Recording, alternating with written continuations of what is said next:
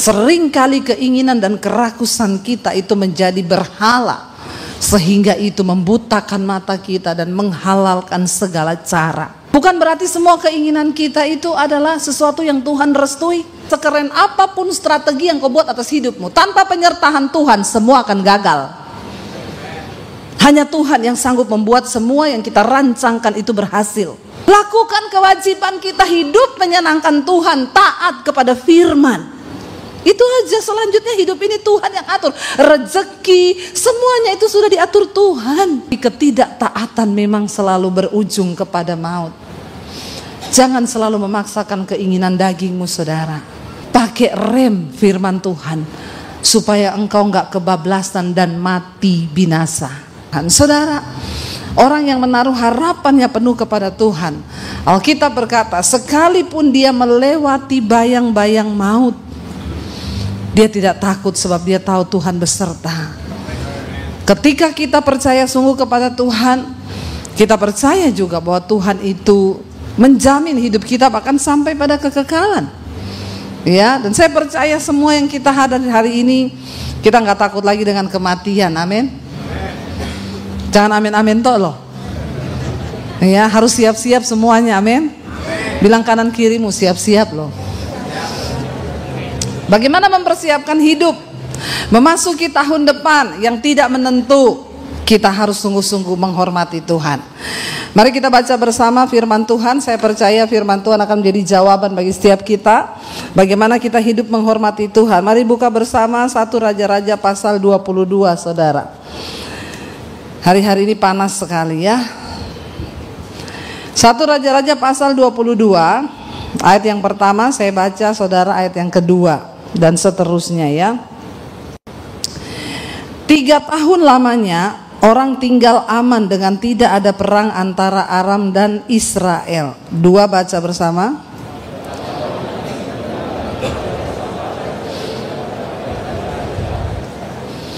Jadi saudara, seperti yang kita tahu bahwa kerajaan Israel itu terbagi atas 2, yaitu kerajaan selatan dan kerajaan utara.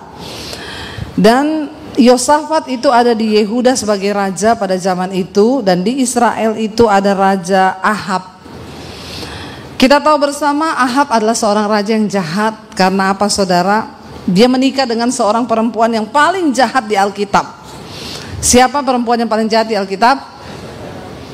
Ada yang tahu? Isabel, ya. Orang Kristen harus tahu cerita di Alkitab, supaya engkau bisa cerita kepada anakmu. Bapak-bapak kalau mendongeng atau cerita kepada anak, cerita tentang sejarah atau kisah di Alkitab. Ini kisah-kisahnya menarik loh ya. Lalu ketika itu Raja Yosafat jalan-jalan ke Israel, ketemu sama Raja Ahab. Kita tahu Raja Ahab itu dikatakan raja yang jahat. Kenapa? Dia menikah dengan perempuan yang salah. Isabel membawa patung-patung berhala masuk ke Israel. Dan Ahab suaminya diminta untuk membangun kuil-kuil penyembahan terhadap dewa Baal dan Dewi Asiterot. Dan akhirnya bukan hanya membangunkan kuil itu, Ahab juga ikut menyembah kepada berhala. Dan Alkitab berkata, kenapa Tuhan menghukum Ahab? Karena dia bukan hanya berdosa dengan dirinya sendiri, tapi dia ajak orang lain untuk berdosa.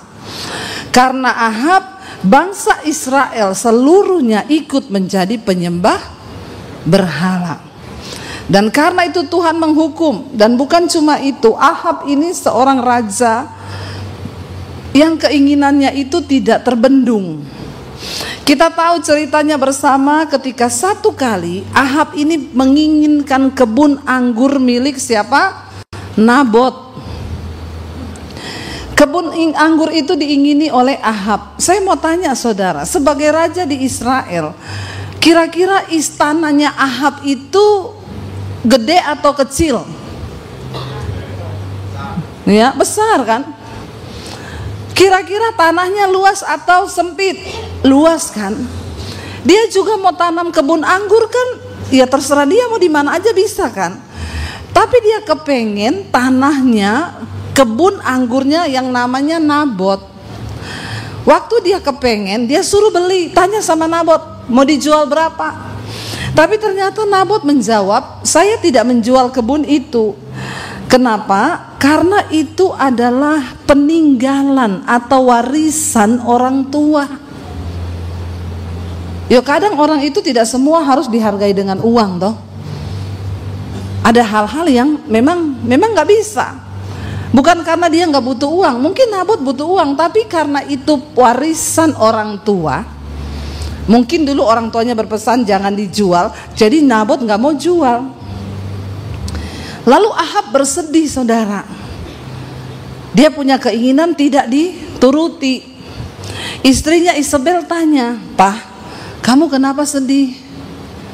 Ahab bilang, "Aku pengen tuh kebun anggur, tapi Nabot nggak mau kasih jual."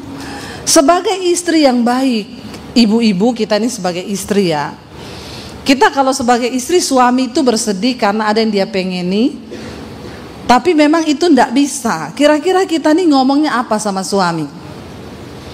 Sebagai istri yang baik loh. Ya kalau saya nih ya, nggak tahu saya ini baik atau tidak ya, tapi saya akan ngomong ke suami, sudahlah. Buat apa lagi kepengen punyanya orang? Tanahmu kan sudah besar toh. Itu kan istri yang baik kan. Ngapain sih Pak mikirkan yang seperti itu? Cukupkanlah dirimu dengan apa yang ada padamu. Itu istri yang bijaksana. Tapi Isabel jahat. Dia bilang sama Ahab begini, "Hello, kamu bersedih karena kamu gak bisa dapat tanah Nabot. Ingat ya, kamu tuh raja loh. Dan karena kamu raja, kamu bisa mendapatkan apa saja yang kamu mau.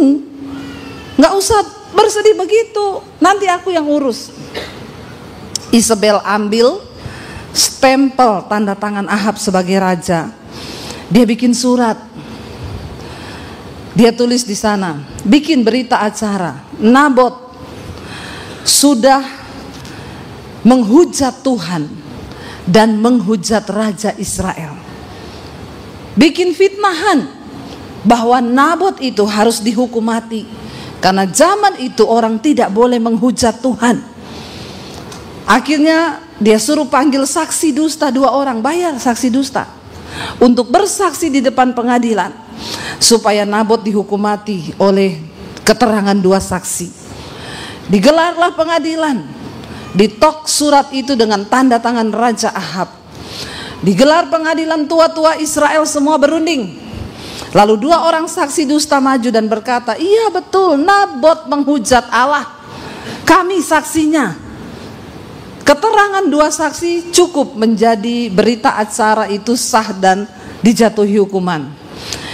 Ketika dilihat semua sidang pengadilan bahwa 2 orang saksi ini bersaksi dan itu surat ditanda tangan oleh Raja Ahab, maka hari itu Nabot dirajam dengan batu sampai mati.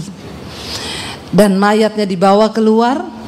Alkitab berkata, darah Nabot mengalir dijilat oleh anjing. Dan tanah Nabot diambil alih oleh Raja Ahab. Tuhan melihat semua kejahatan yang kita lakukan. Tidak ada satupun yang tersembunyi. Ketamakan, kerakusan Raja Ahab untuk memiliki lebih dan lebih lagi. Saudara, hati-hati. Seringkali keinginan dan kerakusan kita itu menjadi berhala, sehingga itu membutakan mata kita dan menghalalkan segala cara. Ada orang-orang berebut warisan, dia tahu itu bukan haknya, dia paksa orang tuanya tanda tangan. Hati-hati, hidup ini bukan hanya hari ini saja. Ingat, kita semua akan berdiri di hadapan tahta pengadilan Kristus. Ketika Nabot mati, Tuhan melihat itu sebagai sebuah kejahatan. Tuhan berkata kepada Elia, "Kamu pergi sampaikan kepada Raja Ahab, aku telah melihat kejahatan yang kau rancangkan dengan istrimu. Dan engkau akan melihat satu saat engkau pun akan mati dibunuh, dan darahmu akan dijilat oleh anjing, serta dicuci di sungai. Darahmu akan mengalir ke sungai di mana tempat perempuan-perempuan sundal mandi di sana." Mengerikan. Dan apakah ayat itu, firman itu terjadi? Itu diucapkan Elia beberapa tahun yang lalu. Kita akan lihat saudara. Ketika Raja Yehuda itu datang kepada Raja Israel, berkatalah Raja Ahab begini kepada Raja Israel. Kepada Raja Yosafat. Ayat 3, berkatalah Raja Israel kepada pegawai-pegawainya, tahukah kamu bahwa Ramot Gilead sebenarnya milik kita? Tanah lagi kan? Kepengen lagi memiliki. Tetapi kita ini tinggal diam saja. Kita tidak merebutnya dari tangan Raja negeri Aram. Lalu katanya kepada Yosafat, maukah engkau pergi bersama-sama dengan aku untuk memerangi Ramot Gilead? Jawab Yosafat kepada Raja Israel, kita sama-sama, yuk. Aku dan engkau, rakyatku dan rakyatmu, kudaku dan kudamu. Diajaklah Raja Yosafat. Tapi Yosafat ini Raja Yehuda, dia dikenal sebagai raja yang takut akan Tuhan. Makanya ayat 5 dia berkata begini, kita baca bersama yuk ayat yang kelima. Tetapi Yosafat berkata kepada Raja Israel, baiklah, tanyakanlah dahulu firman Tuhan. Orang yang takut akan Tuhan itu akan selalu bertanya kepada Tuhan. Saudara, apa kunci kemenangan penyertaan Tuhan di tahun depan? Hanya orang-orang yang sungguh-sungguh mengandalkan Tuhan akan melihat penyertaan Tuhan. Jadi tandanya apa? Apapun yang kita mau kerjakan di dunia ini, tanyakan dulu firman Tuhan. Amin. Saudara mau beli rumah, saudara mau beli mobil, saudara mau buka usaha, saudara mau begini, tanyakan dulu kepada Tuhan.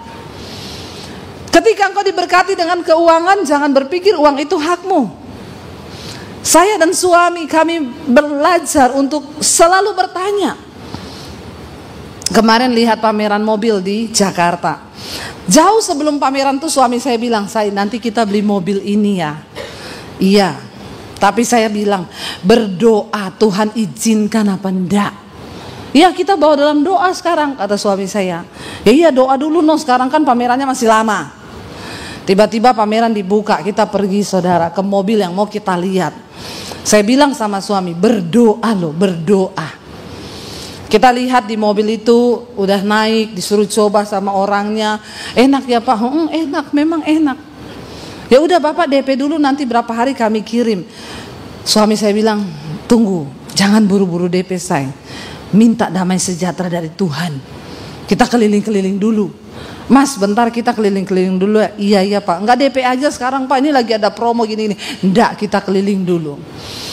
Kita keliling, suami saya bilang minta tanda ya saya sejahtera apa enggak. Kita nih punya duit loh, punya. Saya ini YouTuber. Jadi saya bisa bebas mau beli mobil apa aja yang saya mau. Tapi tanya Tuhan. Menabur nomor 1 ya. Jangan saudara lupa, ingat semua harta yang kau punya hari ini akan dipertanggungjawabkan di hadapan Tuhan. Jangan sampai Tuhan bilang, sini kau menghadap, bawa catatan keuanganmu. Nanti kita akan menghadap Tuhan. Bulan ini kamu beli apa? Setiap bulan. Wah, setiap bulan beli tas 100 juta, 200, 300, 400, 500. Tas, mobil, tas, sepatu gini-gini nih. Menaburmu berapa? Minus. Enggak pernah nabur. Saudara, semua harus kita pertanggungjawabkan di hadapan Tuhan. Akhirnya kami jalan keliling. Suami saya bilang, "Say, gimana? Kamu damai sejahtera enggak?" "Enggak Isai, masa kita nih hamba Tuhan beli mobil kayak gitu loh. Jangan, hedon." Terus saya tanya sama suami saya, "Kalau kamu?" "Ya aku juga enggak sejahtera." "Ya sudah pulang, udah jadi." Udah jadi, lo kita harus menahan diri saudara. Bukan berarti semua keinginan kita itu adalah sesuatu yang Tuhan restui. Benar enggak? Ya, masih banyak hal yang perlu kita lakukan untuk pekerjaan Tuhan. Harus bijaksana, apa-apa tanya Tuhan. Mau beli apa aja, mau melangkah apa aja, mau buka toko. Anak-anak muda yang kepengen tahun depan menikah siapa? Angkat tangan. Yang belum nikah aja, yang sudah nikah jangan angkat tangan. Ya, ada di belakang tinggi sekali ya Tuhan. Lihatlah tangannya itu yang terangkat sangat tinggi sekali ya. Berarti memang pergumulannya udah kebelet banget tuh ya. Pengen kawin dia tahun depan. Tapi enggak apa-apa, kita doain. Tetapi jangan lupa tanya Tuhan. Bawa dalam doa. Kalau Tuhan bilang itu bukan jodohmu, ya jangan dipaksakan, karena kau akan menderita nanti. Ya, dengar-dengaran sama Tuhan. Yosafat berkata, tanyakan dahulu firman Tuhan. Ayat yang ke-6, baca bersama 1, 2, 3. Lalu Raja Israel mengumpulkan para nabi, kira-kira 400 orang banyaknya.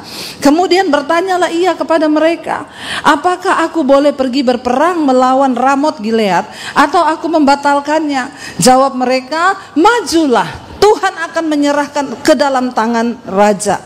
Saudara, zaman itu perjanjian lama, kita tahu Israel itu adalah bangsa teokratis. Pemimpinnya satu-satunya adalah Tuhan. Tapi ketika mereka berteriak minta raja, Tuhan kasih raja. Tetapi tetap keputusan atas bangsa itu berdasarkan suara Tuhan. Jadi kepemimpinan politik zaman itu di Israel, suara nabi-nabi sangat diperhitungkan oleh raja. Ahab, raja yang jahat, dia tahu kalau nabi Tuhan yang asli pasti menentang keinginannya. Jadi Ahab itu kenapa jahat di mata Tuhan? Dia bikin kelompok nabi-nabi palsu untuk berbicara, mendukung semua yang dia mau.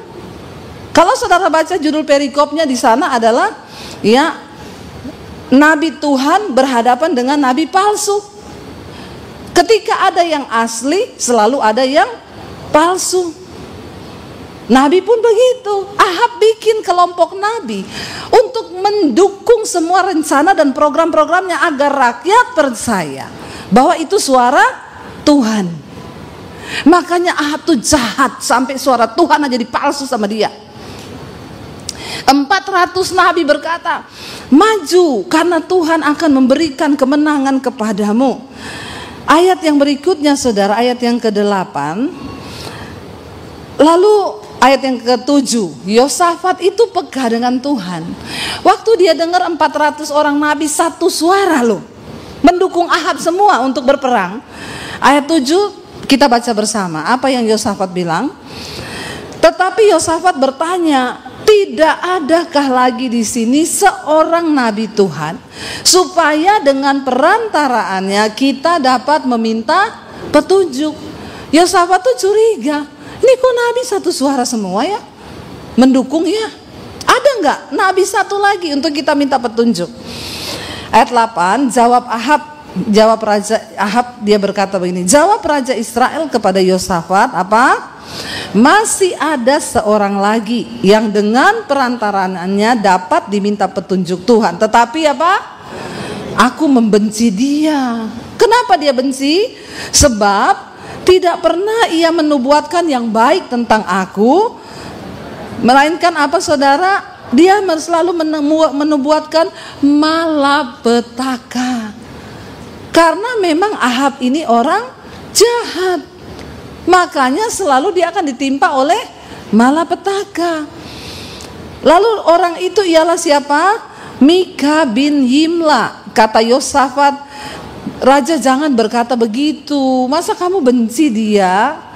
Tapi dia kan nabi Tuhan. Bayangkan saudara, 400 banding 1. Hari-hari ini saya mau bilang kepada saudara, dengarkan pengajaran-pengajaran yang murni dari firman Tuhan. Ada begitu banyak pengajaran kepalsuan, ya. Saudara, kita harus mempertahankan keselamatan sampai garis akhir. Banyak pengajaran bermunculan kasih karunia, ndak apa-apa. Saudara selingkuh selamat masuk surga, saudara homo masuk surga, saudara lesbi masuk surga, saudara mabok, merokok, saudara duniawi semua masuk surga. Yesus berkata, ketika dia datang kali yang kedua, banyak orang datang mengaku-ngaku kenal Yesus.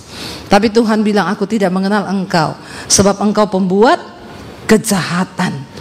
Akan ada Tuhan sangkal enggak? Ada saudara. Ditolak, enggak dikenal karena mereka tidak bertobat. Ayat yang ke-9, kemudian Raja Israel memanggil seorang pegawai, lalu dia suruh jemput Mika bin Yimla dengan segera. Akhirnya dijemput Mika. 10. Sementara Raja Israel dan Yosafat Raja Yehuda duduk masing-masing di atas tahtanya dengan pakaian kebesaran di suatu tempat pengirikan di depan pintu gerbang Samaria, sedang semua nabi itu bernubuat di depan mereka. Nabi-nabi palsu ini terus bernubuat yang bagus-bagus. Engkau diberkati Tuhan, engkau disertai Tuhan, engkau pasti begini, engkau pasti begitu. Maka Sedekia bin Kenaana, ini juga nabi palsu, membuat tanduk-tanduk besi, lalu berkata, demikianlah firman Tuhan, dengan ini engkau akan menanduk Aram sampai engkau menghabiskan mereka. Maju, mereka akan habis, dia bilang. Juga semua nabi itu bernubuat demikian, katanya, majulah ke Ramot Gilead dan engkau akan beruntung, Tuhan akan menyerahkannya ke dalam tangan raja. Semua sama nubuatannya. Lalu saudara, tiba-tiba suruhan raja itu sampai di rumahnya Mika. Suruhan yang pergi memanggil Mika itu berkata kepada Mika begini, ketahuilah ya, itu nabi-nabi di sana 400 orang. Mereka sudah bersepakat meramalkan yang baik bagi raja. Jadi kau, ya ingat ya, hendaklah engkau juga berbicara seperti mereka, ya, dan engkau harus meramalkan yang baik untuk raja. Dia dapat pesan sponsor. Jangan macam-macam, harus ngomong yang sama. Saudara, terlalu banyak hal-hal yang manis yang kita dengar, dan kita berkata memang di akhir zaman orang akan cari pengajaran-pengajaran yang menyenangkan di telinga. Saya pernah diundang di salah satu acara, di situ dihadiri oleh satu kepala daerah, saudara. Karena itu di gereja, kepala daerahnya orang Kristen disuruh maju ke depan. Lalu ada 3 pendeta yang diminta maju berdoa untuk kepala daerah itu. Di depan semua masyarakat. Termasuk saya satunya. Pendeta yang pertama dikasih mic, dia berdoa. Tuhan akan mengurapi engkau, melakukan pekerjaan-pekerjaan yang hebat, yang besar, yang dahsyat. Semua rakyatnya teriak, amin, amin, amin. Saya dengar, bagus doanya. Lalu pendeta yang kedua dikasih mic berdoa. Tuhan akan mengokohkan tahtamu, kerajaanmu, pejabatanmu. Tuhan akan memberikan kepercayaan yang lebih besar. Saya gini, Tuhan ini semua bagus-bagus doanya ya. Aku tidak mau berdoa dengan logikaku Tuhan. Taruh perkataanmu di mulutku Tuhan. Begitu semua tepuk tangan saudara. Amin, amin. Mic-nya dikasih ke saya. Saya juga nggak tahu apa yang saya katakan lah ya, biar Tuhan lah ya. Saya tiba-tiba berdoa begini. Firman Tuhan berkata, kalau engkau sungguh-sungguh melakukan apa yang berkenan di mata Tuhan, engkau hidup menurut hukum-hukum Tuhan, engkau menghormati Tuhan, maka Tuhan akan mengokohkan jabatanmu dan akan memberikan engkau kepercayaan yang lebih besar. Tapi jika engkau tidak menghormati Tuhan, engkau berdosa terhadap Tuhan, dan engkau menyangkal dan tidak menghormati Tuhan, maka Tuhan akan menjatuhkan engkau dan akan mempermalukan. Habis saya berdoa itu saya, kenapa doa saya begitu ya? Tapi ya tidak ada yang amin, tidak ada yang teriak saudara. Ya seperti biasa salaman, ya yang doanya bagus kan. Terima kasih ya Pak Pendeta, haleluya. Iya lama ngomongnya lama. Mungkin juga amplopnya lebih tebal. Yang kedua juga begitu sama saya, cuma ini. Ya sudah lah, yang penting sudah disampaikan. Tidak lama setelah itu terbongkar semuanya saudara. Dan ternyata itu nubuatan dari Tuhan. Kasus perselingkuhan, kasus keuangan, dan berakhir di penjara. Siapa yang bisa bersembunyi dari Tuhan? Tidak ada saudara. Kalau Tuhan berkata, itu pasti terjadi. Akhirnya dikatakan kepada Mika, jangan kau ngomong yang macam-macam, kecuali sama. Ayat 14 baca bersama. Tetapi Mika menjawab, demi Tuhan yang hidup, sesungguhnya apa yang akan difirmankan Tuhan kepadaku, itulah yang akan kukatakan. Saya kadang kalau habis khotbah, suami saya itu bisiki, khotbahmu tadi itu loh terlalu keras. Saya bilang, ngomong ke Tuhan, jangan ngomong ke saya. Ya, saudara mau khotbah yang keras? Atau yang lembek-lembek? Karena makanan yang keras itu untuk orang dewasa. Makanan yang lembek itu untuk bayi. Ya. Yang saya heran udah tua-tua semuanya masa masih kayak bayi terus. Itu namanya bayi ajaib. Mukanya tua, ya. Tapi nggak mau bertumbuh. Loh, hanya bayi yang makan bubur dihancurin, di blender lagi. Tapi saya tanya, bubur ada gizinya?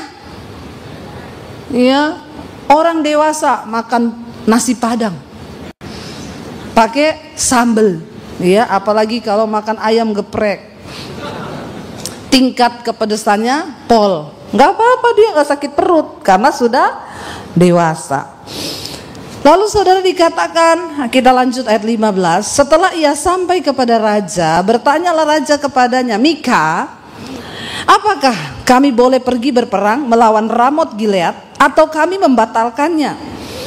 Jawabnya kepadanya, majulah. Mika itu bercanda saudara, bercanda. Karena kan dia sudah diwanti-wanti kan, suruh pesan sponsor toh. Awas loh ya, kamu harus satu suara dengan mereka. Makanya dia bilang, oh tuanku raja, majulah dan engkau akan beruntung, sebab Tuhan akan menyerahkannya ke dalam tanganmu. Bercanda. Ya. Lalu raja marah. Raja tuh bilang gini, tumben ini Mika bernubuat yang baik.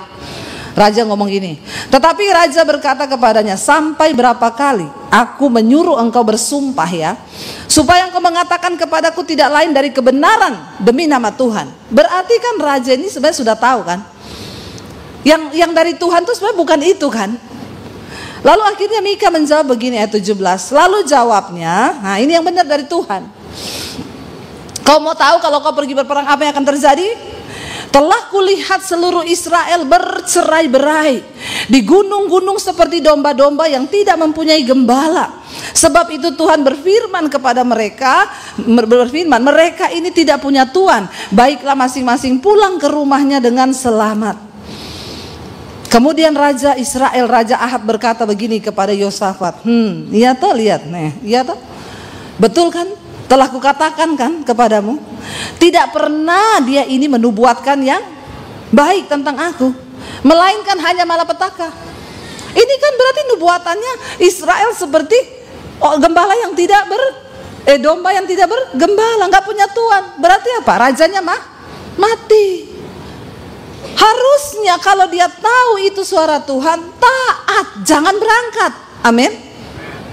Tapi dasar orang punya keinginan itu melebihi ketaatannya. Hati-hati saudara.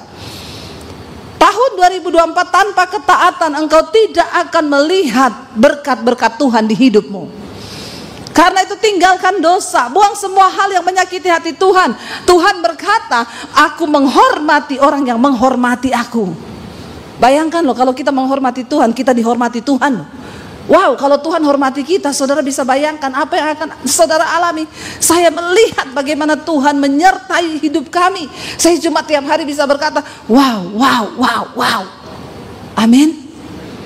Tapi engkau harus menghormati Tuhan. Lalu dikatakan di sana begini saudara. Kita lompat ayat yang ke-27. Raja Israel itu tidak terima apa perkataan Tuhan. Dia nggak mau pegang saudara. 26. Berkatalah Raja Israel 26, tangkaplah Mika, bawa dia kembali kepada Amon, penguasa kota, dan kepada Yoas anak raja, dan katakan beginilah titah raja. Apa? Masukkan orang ini dalam penjara dan beri dia makan roti dan minum air yang serba sedikit, jangan banyak-banyak, supaya dia tidak mati. Supaya apa saudara? Kalau nanti dia masih hidup, sampai aku pulang dengan selamat. Masih pede loh, pede banget dia. Nggak mau dengar Tuhan, nggak mau dengar firman Tuhan, malah memberontak. Apa yang Mika jawab kepada raja? Tetapi jawab Mika, jika engkau benar-benar engkau pulang dengan selamat, tentulah itu bukan Tuhan yang berfirman kepadaku. Tuhan berarti tidak berfirman lewat aku. Lalu disambung Mika begini, dengar hai bangsa-bangsa sekalian, pegang ucapanku ini ya. Kalau memang raja pulang dengan selamat dari pertempuran itu, berarti aku tidak dipakai Tuhan untuk menyampaikan firman-Nya. Ayat 29 baca bersama. Sesudah itu majulah Raja Israel dengan Yosafat, Raja Yehuda ke Ramot Gilead. Tetap maju. Raja Israel berkata kepada Yosafat, pintar sekali memang ini Ahab.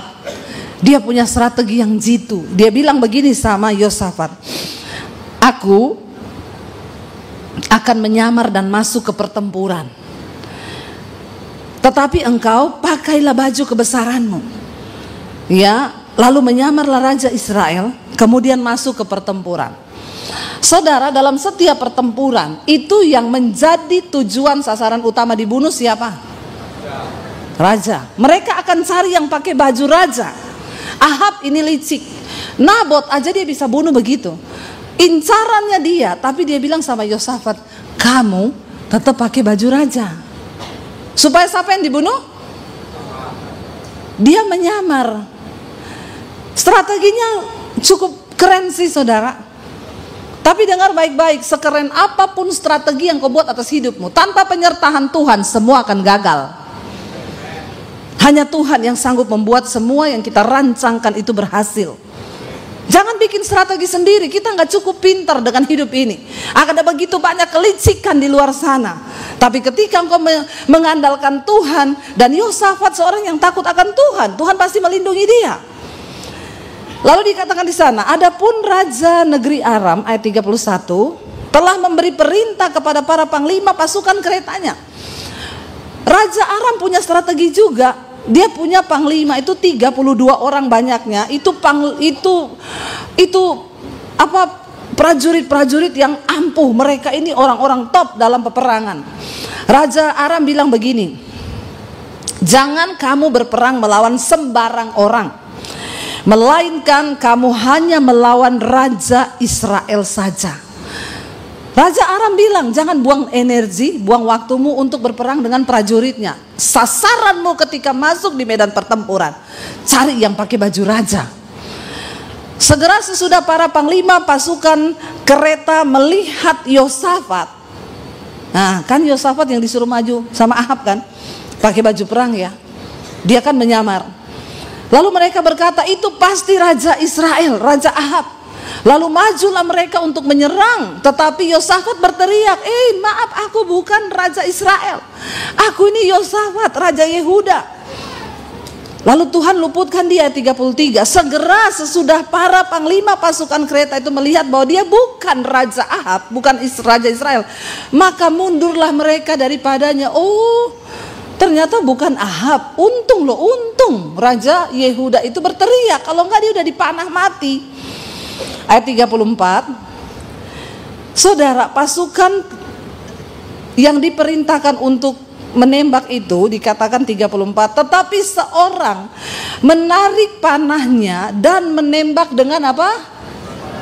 Sembarang. Dia enggak membidik satu orang, dia cuma tembak panah sembarangan aja. Dan mengenai siapa?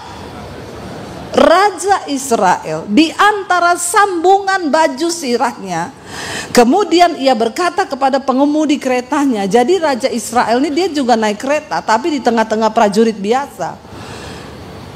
Dan ketika busur panah itu dipanahkan sembarangan, tidak ada bidikan, karena dia tidak tahu mana Raja Ahab. Tapi perhatikan saudara, murka Tuhan tidak pernah salah sasaran. Waktu bidikan anak panah itu dibidik sembarang, itu anak panah mencari di mana Ahab berada dan mengenai tepat kepada Raja Ahab. Siapa yang tahu mana Ahab? Dia sudah menyamar menjadi prajurit biasa. Saudara, Tuhan mengenal siapa milik kepunyaannya, dan dia juga mengenal siapa orang yang bertentangan hidupnya dengan Tuhan. Jangan kita menolak Tuhan.